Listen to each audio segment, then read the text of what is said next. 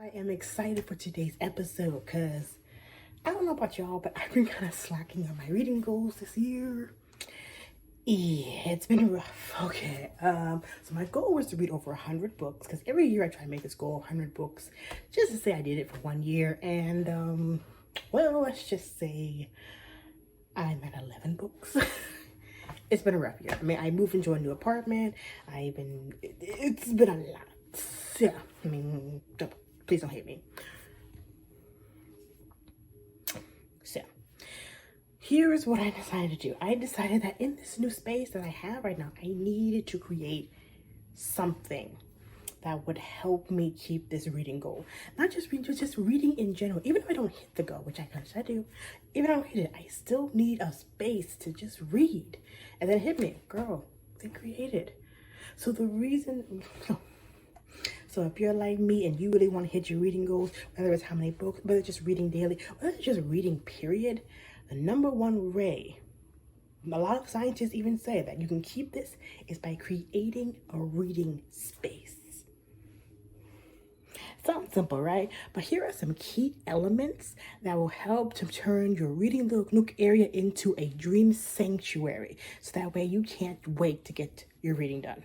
So let's dive in.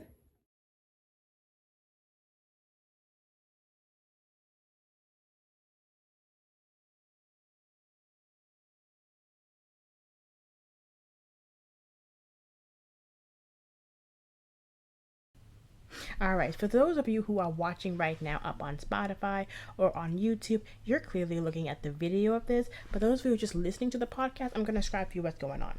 So right now, you see me in my own little space right now. I'm just cleaning up the room right now, just decluttering it so that way I can get to the real fun part, which is the decoration. But while I'm doing this, I do want to talk about all of the benefits of having a reading corner or space, Oasis, sanctuary, wherever you want to call it. I call it a sanctuary because it's my little safe space. But research suggests that having a reading corner can help them develop literacy skills, build confidence, and promote positive learning environment. And that's typically more for students, but it can also be evolved to you as well too, for all your adults listening. And one of the main reasons why it's so encouraged to have a reading space is that it just gives you an easy access to your books. If your book is forever on like a shelf or whatnot and just somewhere far away from you where you can't really reach it, then you're gonna kind of forget. It's like, oh wait, where's that book at? Remember that book I was reading? Where was it at? If it's right there in your face, in your spot, boom, it's easy to pick up. Also, it helps to promote creativity and especially because it really can, because once you find out where that space is, you can kind of imagine in your mind, ooh, what if I do this, what if I do that, what if I do this, and it just really gets you excited about it. Also, one of the reasons why I like my little reading space right now is that it helps to escape from any distractions. You can turn off your cell phone, get away in your little space on your own in your little corner, and that way you can just don't have to talk to anybody and just get your reading done. That's why I like my reading space for. Although I Reading gotta say that corners one of the should be major problems comfortable, of should be a just quiet place with creating good the space lighting, is literally such as just a corner finding the next to a space in your window home. or against the Like wall. everywhere And my else in my space that apartment those is y'all are dedicated watching to the video kitchen is area, literally obviously, by living the room, wall obviously, in for a corner entertainment, next to a whatnot. window. So to find that space that And there not you only go. you can create your reading corner, create your put your books and everything, but also a space that you know that you'll feel comfortable enough to go back to.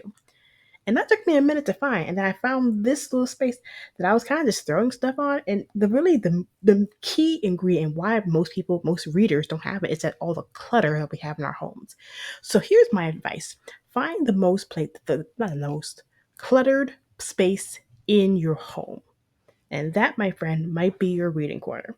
That might be the space that you need to just declutter, de escalate, get rid of all that nasty stuff and whatnot, get rid of all those extra clothes. If you got to the thrift store, go to the thrift store, give them away. If you got to sell some stuff, I mean, obviously, don't sell anything that you don't want to give away. I mean, this is a hobby, it's something fun. So, but if you can find that one like super cluttered place in your home and just clean it out, boom, there's your reading corner. There's your reading spot. There's your reading oasis. There's your reading sanctuary. There it is. So there you go. So so for those of you who are just listening via podcast, you're not on following me on YouTube or Spotify, which I mean, by the way, hit that subscribe button if you are, if you haven't already. But For those of you who's listening via podcast, so here's my reading corner so far. Right in the middle of the corner, right in the back corner, you have a lamp, obviously for lighting. You have a little pink chair. Also, you have my little stool here. So this is the place where I put my books and whatnot. Where I will be putting books. Also, you have the bed here to the right, which has all my blankets, which I will probably organize. And also, I have the window here as well too, and that's nice because, especially in the mornings when I'm reading, the sunlight comes in, it opens up the room, makes it all nice, warm, and whatnot. So that's always really nice. So I'll be putting books on this little shelf here, getting it a bit organized, making it a little bit neater, and yes. Oh, now also I'll be adding books here as well too. But also magazines, also little book utensils, notations and whatnot, pens, little post-its. So that way I can notate as I go along my reading. It's right there. Literally, I can just grab it, pull it, and that's the really fun part about this. Just everything I need to read is right here in this corner.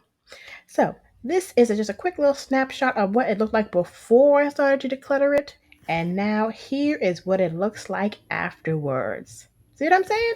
Extra cute, extra comfy, pillows galore, my books, all that, my notation stuff, all that to my right, my blankets and my bed to the left. Wait, no, either way. But yeah, here it is. For those of you obviously who are listening via podcast, I have a little cute little bag to kind of prop my back up. I also have a pillow at my feet as well too, so I can rest as well.